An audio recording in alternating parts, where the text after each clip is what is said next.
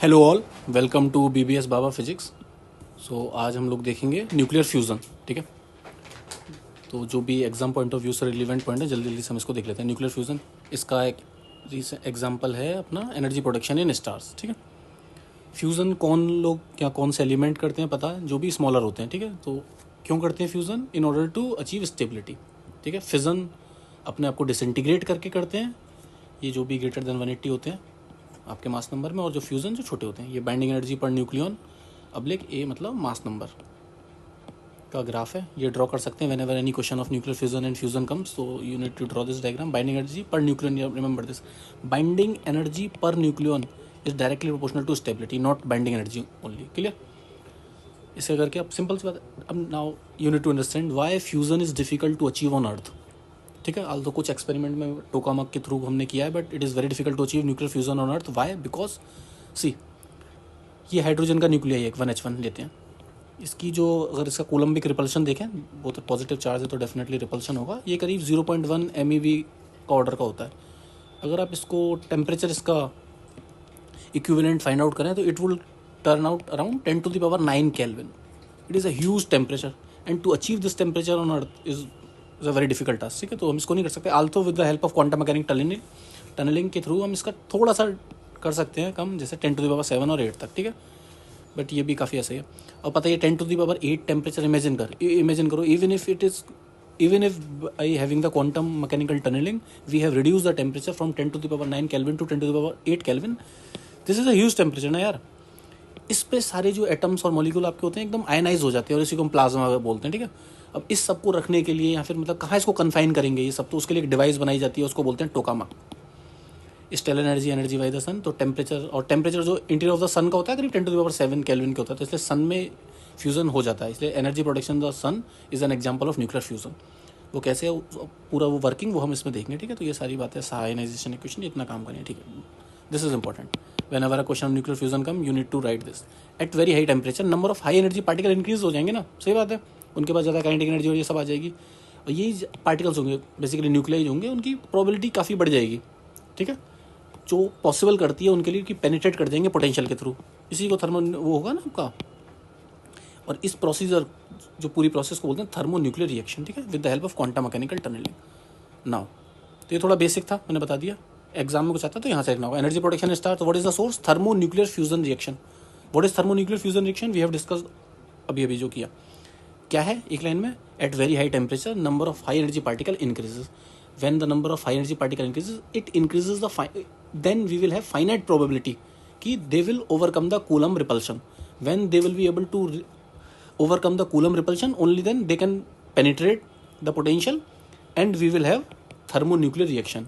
And in case of fusion it would be called thermonuclear fusion reaction. Hope it is clear. ठीक है, stars में hydrogen most abundant, सही बात है। अब नाउ दिस इज इंपॉर्टेंट। सन में जो एनर्जी प्रोडक्शन हो रहा है वो किसके थ्रू हो रहा है? दो साइकिल होती हैं बेसिकली, चेन ऑफ रिएक्शंस होती हैं, we divided into two. One is called proton proton cycle. बच्चा मतलब स्टार्टिंग समझो, इनिशियल फेज। तो initial phase we will be having proton proton cycle. क्या है? Source of energy in the sense early phase of their life. ठीक है, early phase में क्या होगा? देखो दो चीज़ समझो, एक स्टार एक सन है। सन का टेम्परेचर ज़्यादा होगा इन अर्ली फेजेस। ठीक है, दो हाइड्रोजन मिले 1H1 2H1, ये याद रखना भी है, इंपॉर्टेंट है। 2H1 बीटा प्लस और गामा, और ये इतनी एनर्जी रिलीज हुई 0.42 MeV। अगेन ये जो था 2H1 1H1 से मिला, ये बन गया 3H2 हीलियम का बन गया। अब ये हीलियम मिले 4H2 बन गया टोटल हीलियम। ठीक है, और ये दो हाइड्रोजन का निकले और 12.8 एनर्जी, ये इंपॉर्टेंट है ये वाला फैक्ट याद करना। इन तीनों इक्वेशन इसको ऐड कर दो, कितना हो गया? H 1H1 2H1, तो ये बन गया 4H1, ये हो गया ना 1 2 4 बन गया इधर से, और ये आ गया आपका 4He2। ठीक है, plus 2 beta particle plus 2 beta plus और 2 गामा, और ये याद रखना है 24.64 MeV। तो ये आपका पूरा बन गया प्रोटॉन प्रोटॉन साइकिल। तो प्रोटॉन प्रोटॉन साइकिल कब होती है? In the early phase of stars. ठीक है, another important cycle is called carbon cycle. अब ये इंपॉर्टेंट है, किसने प्रपोज करी है? बैथे ने HA बैथे 1939 में। ठीक है, ये लेटर स्टेज में होती है। लेटर स्टेज में क्या होता है? सन स्टार्स इससे ज़्यादा हॉट हो जाते हैं सन से। तो ठीक है, स्टार्स का टेम्परेचर ज़्यादा है सन से, इन और अर्लियर इट वाज सन जिसका टेम्परेचर ज़्यादा था। ये कोई ज़्यादा इतने काम की नहीं है, बट ये मैं बता दूँ कि 12C6 कार्बन ऊपर अपन को मिलता कैसे स्टार्स में। ये भाई हीलियम जो फ्यूज़ करते हैं तो बेरिलियम बनता है और उसके बाद ये बनता है, ठीक है। अब समझो इसके लिए निमोनिक है NC, नो NC, इसके through you can remember the carbon cycle, ठीक है। अब NC देखो, ये वाला NC हम बात करें प्रोडक्ट में, ठीक है। तो पहले लिख लेंगे NC, फिर NO और NC, ठीक है। ये हो गया ना, NC नो NC, चमक गया। ये ऐसे पूरा लिख लेंगे। अब स्टार्ट करना है, देखो 13, इसके लिए 2 का 13 लिख दो, N था तो 13 13 14 15 15 और लास्ट में 12 है। क्लियर। अब ये बनेगा कैसे देख लो, 12C कार्बन था, 1 हाइड्रोजन के साथ मिला, 13 हो गया। ये वाला याद रहेगा तो ये अपने आप बन जाएगा, ठीक है ना। हमको जैसे NC था तो N है, हो गया। अब ये नाइट्रोजन लाना है, 13, 12 में तो बनेगा नहीं डेफिनेटली, तो 12 कार्बन था, 1H1 के साथ 13 हो गया। अब ये वाला इधर ले लेना है सेम। अब ये 13 नाइट्रोजन जो बना, अब NC लाना है दोबारा, तो कार्बन का यही रहेगा 13, ये और नीचे ये एटॉमिक नंबर आपका 6 हो जाएगा, कार्बन का 6 होता है, नाइट्रोजन का अगेन 7 होता है, पता ही है। अब ये 13 ये वाला था, ये धरा जाएगा, फिर ये हो गया 14, ये था, फिर ये धरा जाएगा, ये बन गया। This is how in the 6th step you can remember the whole carbon cycle. Only remember NC no NC। इसको लिख लीजिए। ये क्या है, प्रोडक्ट के थ्रू रिमेंबर याद कर रहे हैं अपन लोग, यहाँ मत समझ लेना, है ना। और ये हो गया। आप इसको पूरा ऐड वेड कर दो सॉल्यूशन करके। फाइनली 12C ये जो इस हमने यूज़ किया था carbon act like a catalyst, it means ये एब्जॉर्ब नहीं होगा आपकी होल रिएक्शन में, तो उसके बाद ये पूरा बाहर आ गया। देखो 12C था 4H1, ये पूरा बाहर आ गया। टोटल एनर्जी कितनी हुई 26.72, ऊपर कितनी थी 24.64। ये 2 याद रखने, 2 फैक्ट, ठीक है। तो carbon acts like a catalyst, ये इंपॉर्टेंट है, लिखना है। एक फिर इसमें एक हम डायग्राम ड्रॉ करते हैं, ये बेथे कर्व भी बोलते हैं इसको, ठीक है। ये कार्बन नाइट्रोजन साइकिल और carbon cycle both are same thing.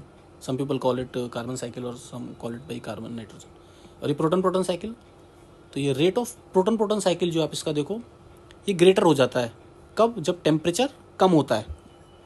किससे, 1.8 × 10⁻⁷ केल्विन से। देखो यहाँ देखो ना, ये प्रोटॉन ज़्यादा है ना रेट इसका, ये रेट है, ये रहा रेट आपका वाई एक्सिस पे, और लेटर ये बना। तो ये थ्रेशोल्ड वो पॉइंट है, इसको याद रखना है 1 पॉइंट।